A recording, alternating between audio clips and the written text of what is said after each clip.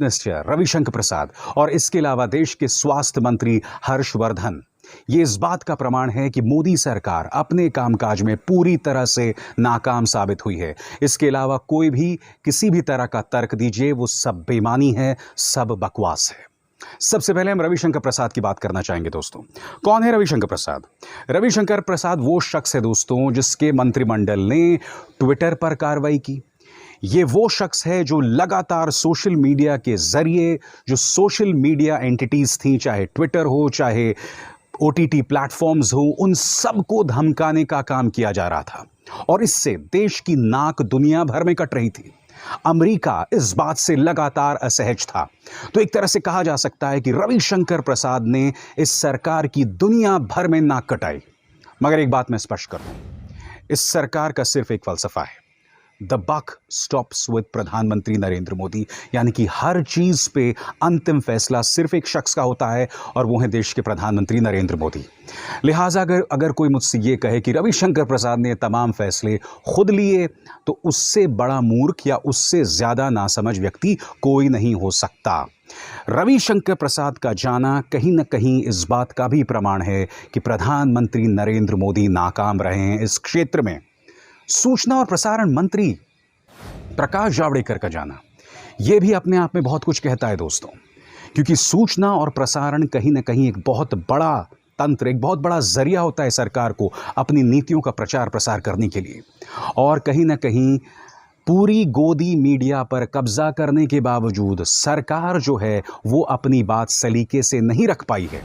इन दोनों चेहरों का जाना, यानी कि रविशंकर प्रसाद और प्रकाश जावड़ेकर, इस बात का प्रमाण है कि मोदी सरकार अपनी गिरती छवि से बहुत ज्यादा चिंतित है, क्योंकि इन्हीं दोनों का सही मायनों में गोदी मीडिया पर कब्जा होता है, अखबारों पर कब्जा होता है और उसके जरिए वो जिस मर्जी तरीका के प्रोपेगेंडा जो है वो जनता तक पहुंचा सकते हैं। इन दोनों का इस्तीफा देना इस बात का प्रमाण है कि सरकार हमारे जैसे चैनल्स पर बेबाक जैसे कार्यक्रमों के जरिए जो उससे सवाल उठाए जाते हैं उससे बुरी तरह से हिले हुए हैं। जी हां, यही वजह है कि उन्हें अपने सूचना और प्रसारण मंत्री को हटाना पड़ा। यही वजह है कि उन्हें अपने कानून और आईटी मिनिस्टर को हटाना पड़ा, क्योंकि जो पूरा ट्विटर विवाद है जिसके जरिए ट्विटर को टारगेट किया गया, रविशंकर प्रसाद लगातार कहते रहे कि ट्विटर को देश का कानून का पालन करना चाहिए। ये बात अलग है कि यही रविशंकर प्रसाद साल 2014-15 के बाद, मेरे ख्याल से 2015-16 के आसपास थी, जब ट्विटर की तारीफ कर रहे थे, क्योंकि ये वो दौर था दोस्तों जब ट्विटर पूरी की पूरी भारतीय जनता पार्टी के आईटी सेल के हाथ में था। तब ये लोग ट्विटर का इस्तेमाल करते थे, सोशल मीडिया का इस्तेमाल करते थे अपने विरोधियों को टारगेट करने, उन पत्रकारों को टारगेट करने जो इस सरकार से सवाल करते थे। आज वो ट्विटर भारतीय जनता पार्टी के हाथ से निकलकर कहीं ना कहीं विरोधियों के हाथ में चला गया है, कहीं ना कहीं मोदी विरोधी ताकतों के हाथ में चला गया है और ये बात इन्हें सबसे ज्यादा खाए जा रही है। मैं फिर स्पष्ट कर दूं दोस्तों, रविशंकर प्रसाद का जाना, प्रकाश जावड़ेकर का जाना और हर्षवर्धन का जाना इस बात का प्रमाण है कि पिछले 2 साल मोदी सरकार के पूरी तरह से नाकाम हुए। इसके अलावा कुछ नहीं। कोई भी आपको कुछ भी स्पिन दे, उस पर आप विश्वास मत कीजिए। ये इस बात का प्रमाण है, ये इस बात का कबूलनामा है मोदी सरकार का कि हमसे काम नहीं हो रहा है और अब हम कुछ काम करने का प्रयास करेंगे। मगर हकीकत ये है दोस्तों कि इस सरकार ने और इस पॉलिटिकल पार्टी ने कहीं ना कहीं सरकार चलाने का और देश चलाने का एक ही जरिया ढूंढा है कि किसी तरह से प्रचार के जरिए लोगों को भ्रमित किया जाए। और यही वजह है कि ये अपने इन 2 प्रचार के चेहरों, यानी कि प्रकाश जावड़ेकर और रविशंकर प्रसाद को अपने पद से हटा चुके हैं। मगर फिर आप ये भी पूछेंगे कि 2 और लोगों को हटाया गया है, हर्षवर्धन और शिक्षा मंत्री निशंक।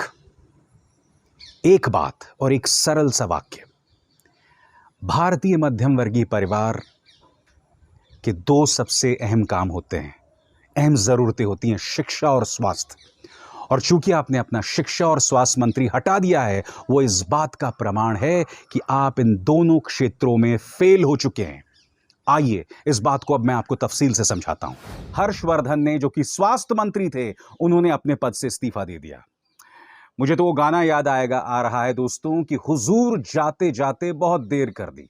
आपको बहुत पहले निकल जाना चाहिए था। आपके स्क्रीन पर दोस्तों मैं बतलाना चाहूंगा, इराक में वहां के हेल्थ मिनिस्टर ने तब इस्तीफा दे दिया था जब वहां के कोविड अस्पताल में आग लगी थी।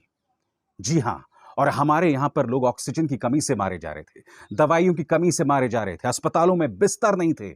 और हमारे स्वास्थ्य मंत्री क्या कर रहे थे, मैं आपको बताता हूं। हमारे स्वास्थ्य मंत्री को जब यह शख्स पूर्व प्रधानमंत्री मनमोहन सिंह नसीहत दे रहे थे तो उसका मजाक उड़ा रहे थे। हमारे स्वास्थ्य मंत्री जब राहुल गांधी अपनी तरफ से नसीहत दे रहे थे तो उसका भी मजाक उड़ा रहे थे, यानी कि ये ट्रोल मिनिस्टर बने हुए थे। जब प्रधानमंत्री नरेंद्र मोदी पश्चिम बंगाल में रैली कर रहे थे और भरमा रहे थे कि देखो मेरी नजर जहां तक जाती है वहां पर मुझे भीड़ दिखाई देती है, तो प्रधानमंत्री नरेंद्र मोदी के उस भाषण को ट्वीट कर रहे थे हर्षवर्धन। तो आपको तो जाना ही था, आपने तो जाते जाते बहुत देर कर दी। मैंने बताया इराक के स्वास्थ्य मंत्री ने इस्तीफा दे दिया था। अब आपके सामने देखिए दोस्तों, अर्जेंटीना की हेल्थ मिनिस्ट्री ने वैक्सीन में चल रहे घोटाले को लेकर इस्तीफा दे दिया था। हमारे यहां तो न जाने क्या क्या हो गया। मगर सबसे बड़ी बात, हर्षवर्धन सिर्फ एक चेहरा हैं। आज सरकार ने आखिरकार इस बात को मान लिया है कि कोरोना हैंडलिंग को लेकर उनसे एक बहुत बड़ा डिजास्टर हुआ है और वो पूरी तरह से नाकाम साबित हुए हैं। क्योंकि शुरू से देखिए हर्षवर्धन सिर्फ एक चेहरा थे, एक प्रतीक थे। पूरी बागडोर प्रधानमंत्री नरेंद्र मोदी के हाथ में थी। प्रमाण नंबर 1, जब दुनिया भर के देश मई 2020 में कोरोना की वैक्सीन की बुकिंग करा रहे थे, तो भारत जैसा देश जहां की आबादी 130 करोड़ है, वो कब बुकिंग करवा रहे थे? जनवरी के महीने में बुकिंग करवा रहे थे। यही नहीं, अप्रैल 8 को प्रधानमंत्री नरेंद्र मोदी का बयान था कि बगैर वैक्सीन के हम लोगों ने कोरोना पर जीत हासिल कर ली। और उसके बाद क्या हुआ? मई और जून में हमने देखा पूरे देश की क्या हालत थी। तो बहुत पहले इस शख्स का इस्तीफा हो जाना चाहिए था। मगर जो बड़ी खबर और सामने उभर कर आ रही है इस मंत्रिमंडल विस्तार से, 2 मंत्रियों ने इस्तीफा दिया है, शिक्षा मंत्री निशंक और स्वास्थ्य मंत्री हर्षवर्धन। इस देश की आम जनता की 2 जरूरतें क्या हैं? शिक्षा और स्वास्थ्य। और दोनों मंत्रियों ने इस्तीफा दिया, यानी कि शिक्षा और स्वास्थ्य मुहैया कराने में मोदी सरकार पूरी तरह से नाकाम हुई है। बताइए मित्रों, मैं सही कह रहा हूं या गलत कह रहा हूं? सही कह रहा हूं या गलत कह रहा हूं? आप चाहे बहाना जो भी मार दें कि निशंक साहब का स्वास्थ्य ठीक नहीं है, नहीं होगा। मगर हकीकत यह है कि शिक्षा को लेकर इस सरकार का प्रदर्शन दयनीय है। मगर क्या करेंगे, इन्होंने इन मोहतरमा स्मृति ईरानी को एक जमाने में शिक्षा मंत्री बना दिया था। वो स्मृति ईरानी जिनकी डिग्री को लेकर ही जबरदस्त असमंजस है। L university return Smriti Irani.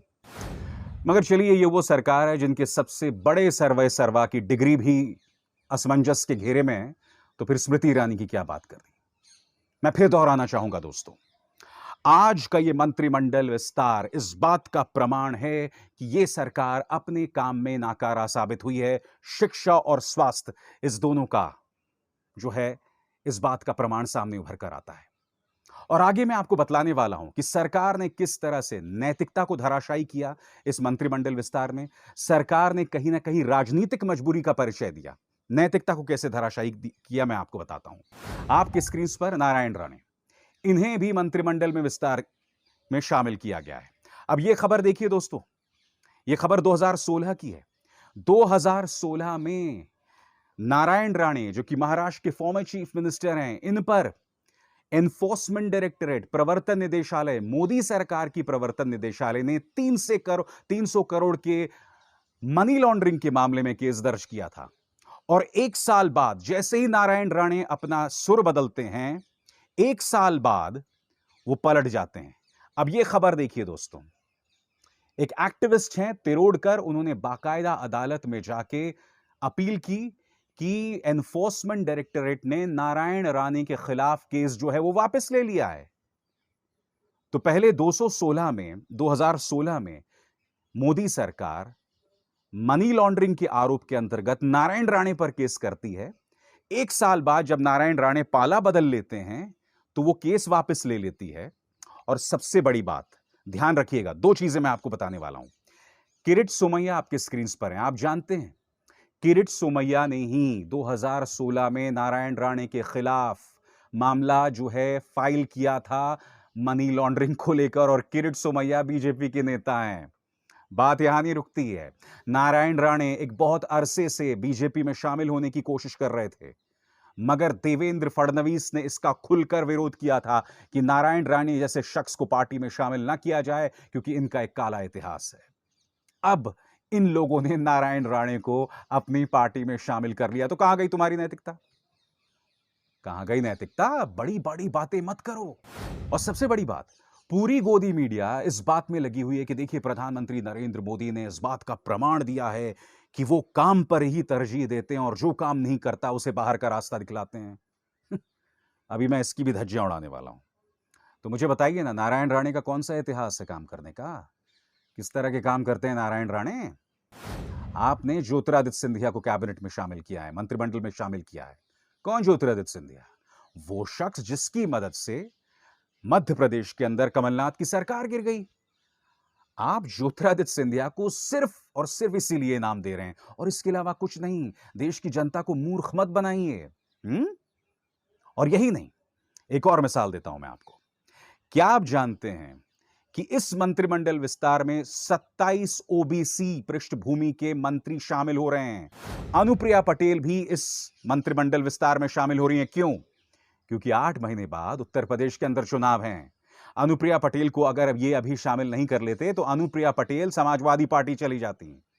27 OBC ministers, पृष्ठभूमि के ओबीसी मिनिस्टर्स का शामिल करना क्या बतलाता है? यह साफ तौर पर यह बतलाता है कि इनकी जो चिंता है सिर्फ और सिर्फ उत्तर प्रदेश चुनावों को लेकर है। क्यों? क्योंकि पिछले कुछ अरसे से इस तरह की खबर आ रही है कि मुख्यमंत्री आदित्यनाथ के तेवरों की वजह से न सिर्फ ब्राह्मण वोटर्स बल्कि ओबीसी वोटर्स भी इनसे नाराज चल रहा है, दलित वोटर्स के अलावा भी। अब इनके पास एक ही तरीका है कि किसी तरह से उत्तर प्रदेश के चुनावों में हिंदू मुस्लिम किया जाए और फिर उन्हें जीत हासिल हो जाए। हकीकत यह है। अब इन शख्स को देखिए, बाबुल सुप्रियो। बाबुल सुप्रियो ने यह लंबा चौड़ा लेटर लिखा है, बहुत दुख जतलाया कि मुझे मंत्रिमंडल से निकाल दिया गया। बाबुल सुप्रियो कायदे से जब 2019 में मोदी की फिर से सरकार आई थी, उसी वक्त इन्हें मंत्रालय में नहीं लिया जाना चाहिए था।